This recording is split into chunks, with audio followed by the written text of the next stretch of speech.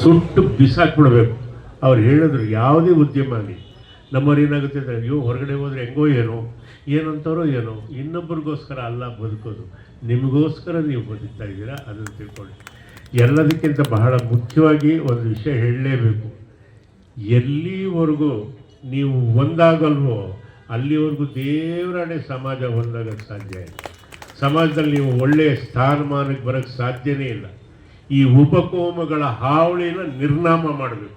ಇಲ್ದಲ್ಲ ಇದ್ದರೆ ಇದಾಗಲ್ಲ. ಬಸವಣ್ಣವ್ರಿಗೆ ಜಾತಿ ಇರಲಿಲ್ಲ, ಸಿದ್ಧಾಂತ ಶಿಖಾಮಣಿಗೂ ಜಾತಿ ಇರಲಿಲ್ಲ. ನೀವು ಓದಿದ್ರೋ ಇಲ್ವೋ, ನಾವು ಓದ್ತೀವಿ, ನಮ್ಗೆ ಬೇರೆ ಏನೂ ಕೆಲಸ ಇಲ್ಲ. ಓದೋದ್ರಿಂದ ಜ್ಞಾನಾರ್ಜನೆ ಆಗುತ್ತೆ ಹೊರತು ಇದನ್ನು ಯಾವನೋ ಗೊತ್ತಿಲ್ಲ ನನಗೆ ಪಾಪಿ ನನ್ನ ಮಗ ಇದನ್ನು ನಮ್ಮ ಕೈಲಿ ಕೊಟ್ಬಿಟ್ಟ.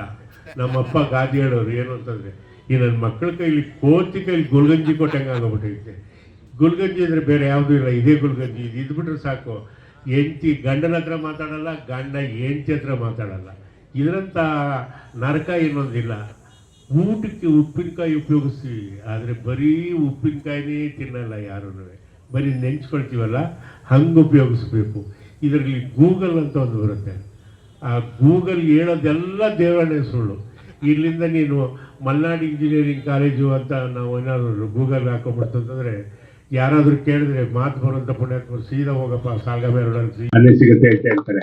ಅದಾದ್ರೆ ಹಂಗಲ್ಲ, ಇಲ್ಲಿಂದ ಕರ್ಕೊಂಡೋಗಿ ಇಲ್ಲಿಂದ ಹೋಗಿ ಅಲ್ಲಿಂದ ಹೋಗಿ ಹಿಂಗೆ ತಗೊಂಡ್ಬಂದ್ಬಿಡುತ್ತೆ. ಇದನ್ನ ಗೂಗಲ್ ಅಂತಾರೆ. ಯಾರು ಊಟ ಮಾಡ್ಬೇಕಾದ್ರೆ ಹಿಂಗೆಲ್ಲ ಊಟ ಮಾಡಲ್ಲ, ಕಲ್ಸದ ಮೇಲೆ ನೇರವಾಗಿ ಬಾಯಿಗೆ ತಗೊಂತಾರೆ.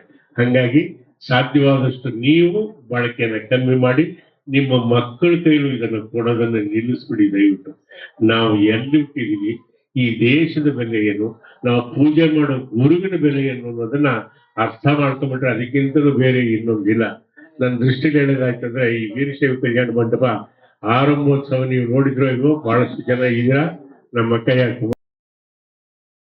ಗಂಡು ಮಕ್ಕಳು ಗೊತ್ತೇ ಆಗ್ಲಿಲ್ವೇನೋ ನನಗೆ ಗೊತ್ತಿಲ್ಲ.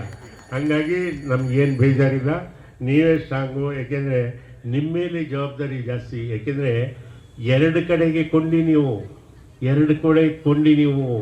ಆ ಕೊಂಡಿ ಅಂದ್ರೆ ಯಾವುದು ಅಂದರೆ ತವ್ರ ಮನೆ. ತವ್ರ ಮನೆಗೆ ಹುಟ್ಟಿದ ಮನೆಗೆ ಹೆಸರು ತರಬೇಕು. ಈ ಕಡೆ ಗಂಡನ ಮನೆಗೆ ಬಂದರೆ ಅದಕ್ಕೂ ಹೆಸರು ತರಬೇಕು. ಒಂದು ಇಂಜನ್ ಥರ ನೀವು ಬೆಳ್ಕೊಂಡು ಹೋದ್ರೇ ಕರೆಕ್ಟ್ ಆಗಿರೋದು, ಇಲ್ದಲೇ ಇಲ್ಲ ಅನ್ನೋ ಮಾತನ್ನು ಹೇಳ್ತಾ ಇದ್ದೀನಿ. ಹಾಗಾಗಿ ಎಲ್ಲರೂ ಒಗ್ಗಟ್ಟಾಗಿ. ನಿಮ್ಗೆ ಇನ್ನೊಂದು ಹೇಳಬೇಕು ಅಂತಂತಂದರೆ, ಸಿದ್ಧಾರೂಢರ ಬಗ್ಗೆ ಒಂದು ಮಾತು ಹೇಳ್ಬಿಟ್ಟು ನನ್ನ ಮಾತಿಗೆ ವಿರಾಮ ಮಾಡ್ತೀನಿ. ಸಿದ್ಧಾರ್ಥ ಸಾಧ್ಯ ಇಲ್ಲ. ಕರ್ನಾಟಕದಲ್ಲಿ ಮಾತು ಯಾರು ಬಿಡ್ತಾರೋ ಇಲ್ವೋ ಗೊತ್ತಿಲ್ಲ. ಒಂದು ಸರಿ ನಾನು ರಾಜ್ಕುಮಾರ್ ಅವ್ರನ್ನ ಕೇಳಿದೆ, ಉಡುಪಿಯಲ್ಲಿ ಶೂಟಿಂಗ್ ನಡಿಬೇಕಾದ್ರೆ ಕೇಳಿದೆ, ಅಣ್ಣಯ್ಯ ಗುರು ಅಂದರೆ ಯಾರು, ಹೆಂಗಿರ್ತಾರೆ? ಹಂಗಿದ್ರು ಒಂದು ದಿವಸ ಗ್ಯಾಪ್ ಇತ್ತು. ಸಿದ್ಧಾರೂಢರ ಚರಿತ್ರೆ ಹೋಗ್ಬಿಟ್ಟು ಹಳೆಯ ಸಿದ್ಧಾರೂಢರ ಚರಿತ್ರೆನ ಖಂಡಿತವಾಗ್ಲೂ ಖಂಡಿತವಾಗ್ಲೂ ಓದಿದೆ.